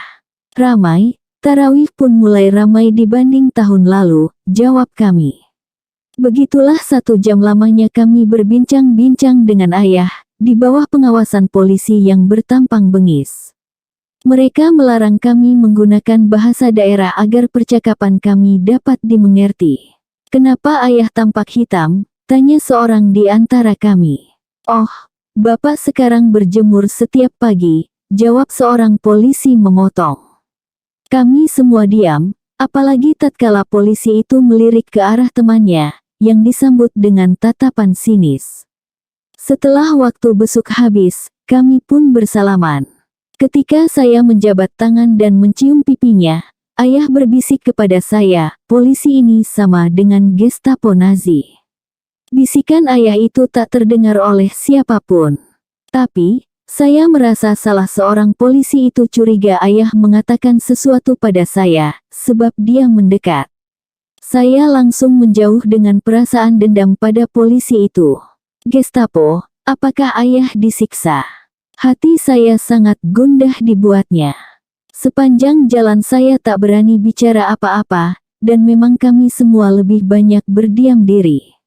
Sesudah pertemuan pertama itu, beberapa kali lagi kami diberi kesempatan menemui ayah yang rupanya selalu berpindah-pindah tempat. Dari Sukabumi ke Cimacan, kemudian ke Puncak, dan ke Megamendung. Setiap berkunjung Umi tak pernah absen menyertai, meskipun kondisi kesehatannya tak kunjung pulih. Sehabis berkunjung, Umi berkurung di kamar, berdoa setiap habis sholat, kemudian menangis. Penyakitnya bertambah parah. Dokter menyarankan agar dia dirawat di rumah sakit, tapi Umi menolak. Dalam satu kunjungan ke Cimacan, kami disertai oleh Haji Yusuf Amrullah, bapak kecil, yakni paman ayah. Ketika Fahri bersalaman dengan ayah mengedipkan mata padanya. Fahri mengerti, dan cepat mengambil segumpal surat dari tangan ayah, lalu menyembunyikannya dalam kantong, tanpa diketahui oleh polisi. Ayah telah selesai diperiksa, hanya menunggu sidang pengadilan, kata ayah. Haji Yusuf yang sudah tua termenung.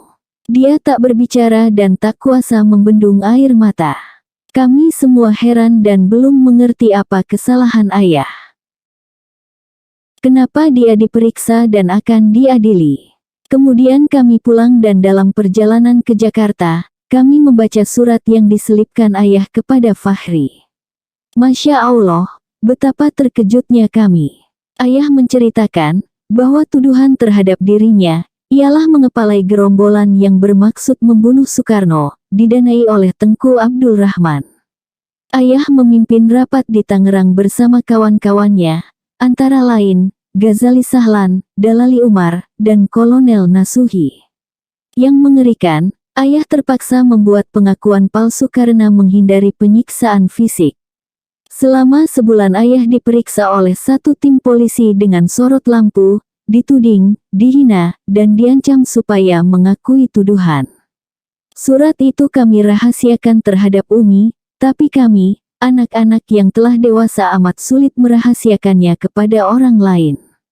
Suatu hari kami diberi kabar bahwa ayah sakit di Megamendung dan keluarga diminta datang menjemputnya untuk dibawa ke rumah sakit. Umi bersama Bang Zaki segera berangkat setelah kami dapat meminjam ambulans. Ayah langsung dibawa ke Rumah Sakit Persahabatan Rawamangun, menuruti ketentuan pihak kepolisian. Rumah sakit ini adalah hadiah pemerintah Rusia kepada Soekarno. Ketika mengemasi barang-barangnya di Megamendung, Umi berkata dengan suara keras, "Ini kunjungan terakhir ke Megamendung, dari rumah sakit, ayah pulang." Kami tentu gembira mendengar perkataan Umi. Ayah bisa berkumpul bersama lagi di rumah.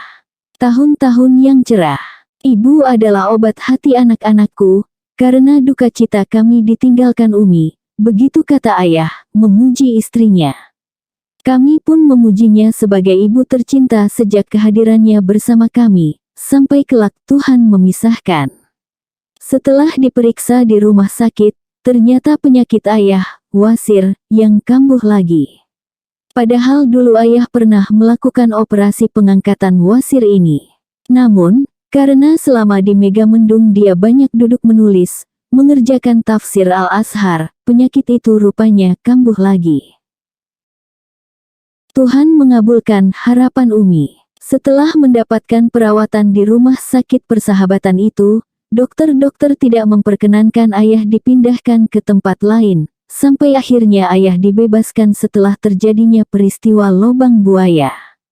Hampir setiap sore kami menjumpai ayah, dan yang paling rajin adalah Umi. Dalam setiap pertemuan, Umi tak pernah mengadukan keadaan-keadaan yang bisa menyebabkan ayah bersedih hati. Misalnya untuk mengatakan bahwa buku-buku ayah dilarang beredar, dan para penerbit tak lagi memberikan honor atas buku-bukunya.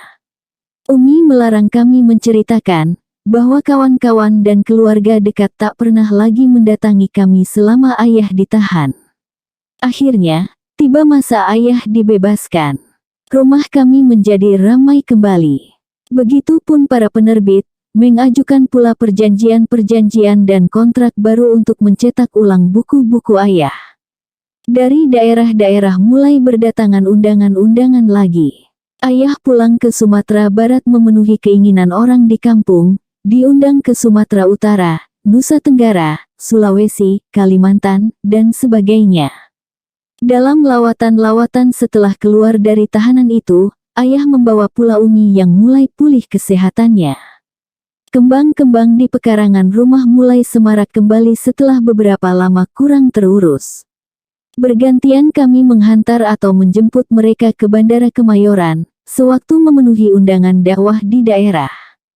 Ketika sedang melawat di Makassar, masyarakat ingin Umi berpidato juga.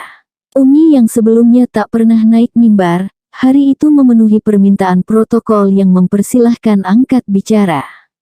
Hadirin, termasuk ayah menanti dengan jantung berdebar atas apa yang hendak disampaikan Umi. "Assalamualaikum warahmatullahi wabarakatuh," katanya dengan lancar dan tetap tersenyum. "Saya diminta berpidato, tapi sebenarnya ibu-ibu dan bapak-bapak sendiri memaklumi bahwa saya tak pandai pidato. Saya bukan tukang pidato seperti Buya Hamka. Pekerjaan saya adalah mengurus tukang pidato, dengan memasakkan makanan hingga menjaga kesehatannya. Oleh karena itu, maafkan saya tidak bisa bicara lebih panjang." "Wassalamualaikum warahmatullahi," katanya dan dia turun dari mimbar. Di luar dugaan, hadirin yang ribuan jumlahnya bertepuk tangan riuh sekali. "Hidup Umi, hidup Umi," kata mereka. Ayah menceritakan kejadian itu pada kami. Kata ayah, waktu itu ayah menitikkan air mata terharu. "Kan yang Umi pidatokan itu kenyataannya saja," ujar Umi, tidak mau berlebihan dipuji. Tapi justru hal yang sederhana itulah yang membuat ayah tambah mencintainya. Pada tahun 1967, mereka melawat ke Malaysia. Hampir semua negara bagian mengundang mereka. Waktu pulang mereka mampir ke Singapura. Sudah tentu tak lupa shopping membeli oleh-oleh untuk anak cucu. Kemudian pada tahun 1968, ayah dan Umi naik haji, dengan menumpang kapal Mei Abeto. Dalam kesempatan itu, mereka singgah pula ke Mesir, Irak, dan Suriah, sebelum kembali ke tanah air. Ayah mengatakan, bahwa dia merasa berkewajiban membahagiakan Umi yang telah banyak menderita bersamanya selama ini. Lalu sebagai tanda cinta kami, anak-anaknya, pada tanggal 25 April tahun 1969, kami mengadakan acara anniversary 40 tahun perkawinan mereka. Ayah dan Umi meskipun terkejut, mereka bahagia dengan perayaan itu. Tapi pada tahun 1970, kesehatan Umi mulai menurun lagi, lebih-lebih menjelang pemilu tahun 1971. Waktu itu, almarhum Brigjen Sofiar yang menjadi kepala staf Kostrad akan menikahkan anaknya. Ayah diminta menghadiri dan merestui pernikahan itu, tapi rupanya tidak sekadar itu saja. Sofiar mulai merayu ayah untuk turut ambil bagian dalam memenangkan satu golongan partai dalam pemilihan umum. Seorang laki-laki berkumis tebal yang menjadi pembantu Sofiar menemui ayah, untuk membujuknya dengan janji, membetulkan rumah, membelikan mobil baru, dan lain-lain. Tentu saja ayah menolak penawaran menggiurkan itu. Namun, ayah tidak terang-terangan menyatakan penolakannya karena tak ingin mengecewakan tamunya. Dengan perlahan dan halus, ayah mengatakan kondisi kesehatannya telah menurun. Mendengar ayah sakit, perwira tinggi itu menganjurkannya untuk memeriksakan diri ke Rumah Sakit Angkatan Darat Gatot Subroto. Setelah melakukan serangkaian pemeriksaan, dokter mengatakan ayah menderita diabetes dan perlu opname. Melihat seringnya orang berseragam hijau datang menemui ayah dan membuat hati suaminya resah, Umi mulai curiga. Dia teringat kembali peristiwa penangkapan 6 tahun yang lalu. Ketika ayah telah dirawat selama 3 hari di rumah sakit, penyakit Umi semakin menjadi, sehingga Umi pun diopname di kamar yang sama bersama ayah, di Rumah Sakit Gatot Subroto. Tapi kemudian, ayah keluar lebih awal dari rumah sakit, sementara Umi masih dirawat. Lalu Umi berobat jalan di rumah dengan Dokter Karnen. Namun tak lama kemudian, Umi kembali masuk rumah sakit. Komplikasi penyakitnya telah menyerang jantung. Setelah beberapa kali keluar masuk rumah sakit dan berjuang melawan penyakitnya, akhirnya Umi harus menyerah. Pada tanggal 1 Januari tahun 1972 pukul 7.45, di ruang cendrawasih Rumah Sakit Umum Pusat Jakarta, Umi menghembuskan napasnya yang terakhir di usia 58 tahun. Innalillahi wa inna ilaihi rojiun. Suasana duka cita meliputi seluruh keluarga. Ayah yang juga mengidap penyakit diabetes tampaknya amat merasa kehilangan pendamping yang setia. Dia lebih banyak termangu seorang diri. Ayah selalu menziarahi kuburan Umi di Blok P Kebayoran Baru. Dalam kesepiannya ditinggal Umi, dia berharap bila meninggal dikuburkan di samping makam Umi. Hasratnya dalam menulis pun hilang. Dia hanya membaca Al-Quran sambil meneteskan air mata. Ayah juga selalu membicarakan kenangan tentang Umi kepada kami. Suatu hari saya memberitahunya, bahwa Muktamar Muhammadiyah yang akan datang tahun 1974, bertempat di Padang. Saya kira ayah akan gembira mendengarnya, tapi ayah seolah-olah tidak mendengar, dia diam saja. Lalu dengan suara lemah dia menjawab, mungkin umur ayah tak akan sampai tahun 1974. Kami, anak-anak ayah mulai berpikir untuk mencarikan pengganti Umi, supaya kalau ayah sakit ada yang mengurusnya. Mewakili seluruh anak-anak ayah, Saya dipercaya untuk menyampaikan hal ini setahun setelah Umi meninggal. Namun, jawaban ayah amat mengharukan. Ayah takut kawin dalam usia setua ini. Bila umur pendek, kasihan perempuan itu akan menjadi janda. Atau kalau Tuhan mengambil lagi istri ayah untuk kedua kalinya, ayah tak sanggup mengalami kesedihan seperti ini sekali lagi. Keputusan ayah sudah pasti dan kami rasa ada betulnya. Namun, pada suatu malam kekhawatiran kami terjadi. Ayah merasa pusing seorang diri di kamarnya. Penyakit semacam itu biasanya pertanda kadar gulanya naik. Ayah sungkan membangunkan salah seorang anak perempuannya yang telah tidur, sehingga sampai pagi dia menahan pening itu. Syukurlah tidak terjadi sesuatu yang membahayakan. Tatkala pagi harinya ayah cerita, kami semakin yakin harus mencarikan pengganti Umi. Kami pun berunding dengan menghilangkan rasa sentimental, terutama adik-adik perempuan yang masih mengenang Umi. Keputusan diambil, almarhumah Umi tak ada gantinya. Kami semua kehilangan Umi. Namun, ayah memerlukan istri sebagai teman hidup dan kami memerlukan seorang ibu sebagai tempat berunding seputar keadaan ayah sehari-hari. Air mata pun bercucuran di antara ayah dan ke-10 anaknya dan juga menantunya. Akhirnya Agustus tahun 1973, 1,5 tahun setelah ditinggal Umi, ayah menikah dengan seorang wanita dari Cirebon, yang usianya hampir sama dengan usia Umi. Namanya Hajah Siti Khadijah.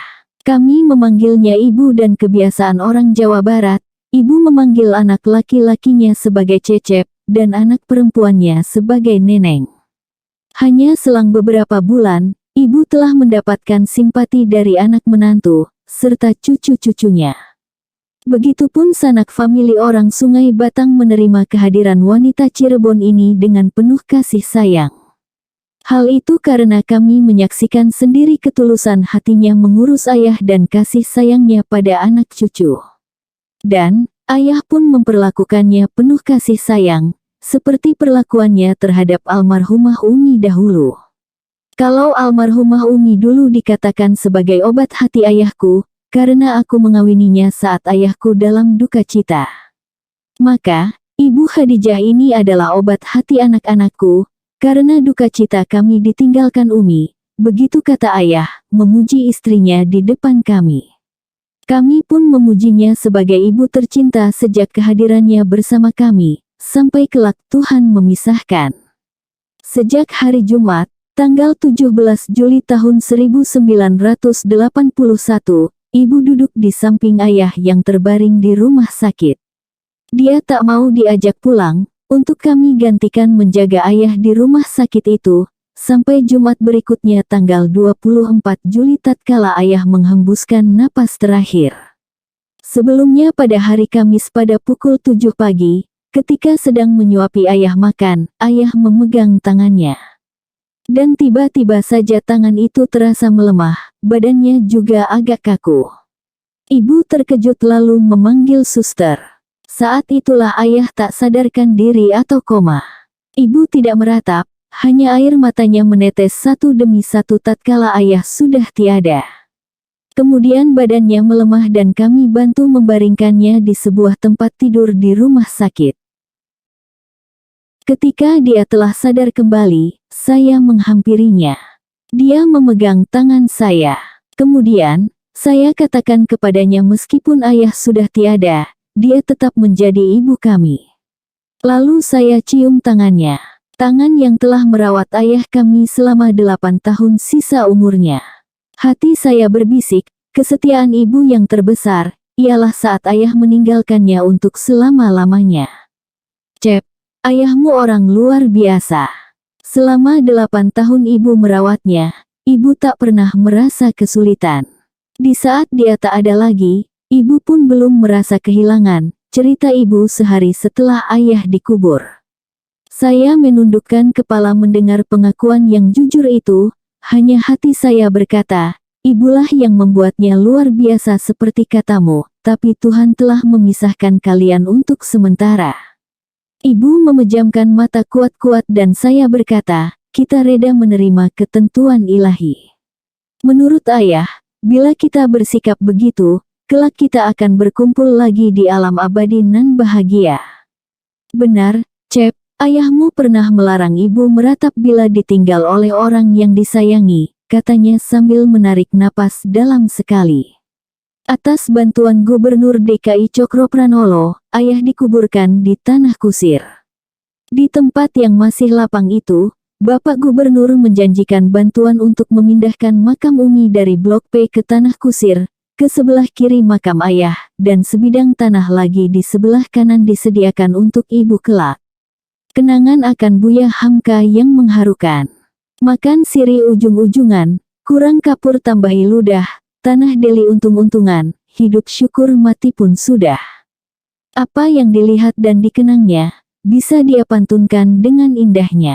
Ketika Al-Ustadz Habahrum Jamil, SH, mengajak saya datang ke Medan untuk ikut mengisi acara peringatan Buya Hamka yang diadakan oleh Universitas Islam Sumatera Utara, saya menyambutnya dengan gembira. Sebab, selain sudah lama tidak berkunjung ke Medan, saya juga akan bertemu dengan banyak sahabat lama dan murid-murid almarhum ayah.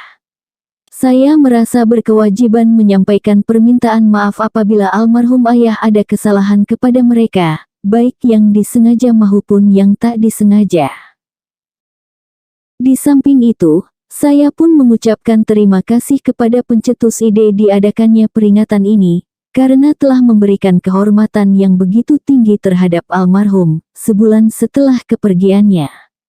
Saya juga senang tatkala diminta menyampaikan kata sambutan pada acara ini, sebagai saksi hidup perjuangan ayah terhadap agama dan bangsa. Beberapa hal yang saya sampaikan dalam acara tersebut, antara lain, sejak umur 10 tahun, saya telah dibawa bergerilya di hutan-hutan Sumatera Barat. Sering kali di waktu istirahat setelah naik dan turun gunung, saya mengurut kaki ayah yang penat atau kepalanya yang sakit. Dan kepada saya pula ayah sering meminta tolong untuk mengoreksi artikel-artikel yang akan dikirimkan ke media cetak. Sehari sebelum ayah masuk rumah sakit, saya masih sempat jalan-jalan bersamanya hingga menjelang berbuka puasa. Maka wajarlah bila orang banyak bertanya kepada saya tentang kehidupan almarhum Buya Hamka. Tadinya saya pikir akan mudah menuliskan buku ini, ternyata saya menemukan beberapa kesulitan. Terutama, saya bingung hendak memulainya dari mana. Ayah yang meninggal di usia 73 tahun, ternyata memiliki banyak sekali aktivitas. Sulit membicarakan semuanya dalam waktu singkat atau dalam beberapa lembar naskah pidato, atau dalam beberapa menit berbicara di mimbar. Mustahil. Kesulitan lain, lebih ke psikologis saya, yakni 1. Seorang anak lelaki biasanya akan memandang ayahnya sebagai seorang idola. Demikian pula dengan saya. Ayah seolah manusia paling sempurna tanpa cacat. Tentu saya akan kecewa bila mendapati ayah tak sebaik prasangka saya. Dan sebagai anak lelaki, ada rasa ingin mengungguli ayah. Saya pun akan bahagia bila ayah dipuji, dan akan marah bila ada yang mengkritik. Maka, saya khawatir tulisan ini tidak objektif. 2. Suasana duka cita masih mengiringi keseharian saya, mengingat kepergian ayah belum begitu lama, yakni baru sebulan. 2 poin di ataslah yang menjadi kesulitan saya dalam menulis naskah buku ini. Karena itu, saya berusaha mengurangi rasa pemujaan terhadap ayah yang dijuluki sebagai orang besar oleh banyak kalangan. Saya pun berusaha mengendalikan emosi bila teringat wajahnya yang tak pernah bisa saya lupakan. Serasa dia menggamit saya, menyuruh lebih dekat untuk mendengarkan fatwa-fatwa dan cerita-cerita, serta pantun-pantunnya yang tak pernah habis. Atau memanggil saya untuk mengusap keningnya yang lebar dan telah berkerut itu. Betapa sulitnya membendung air mata, bila kenangan seperti itu tergambar lagi di mata saya. Saya percaya hadirin akan memaafkan saya, apabila saya tidak sepenuhnya berhasil mengisi acara ini, berdasar alasan-alasan yang telah saya kemukakan di atas. Pada tahun 1968,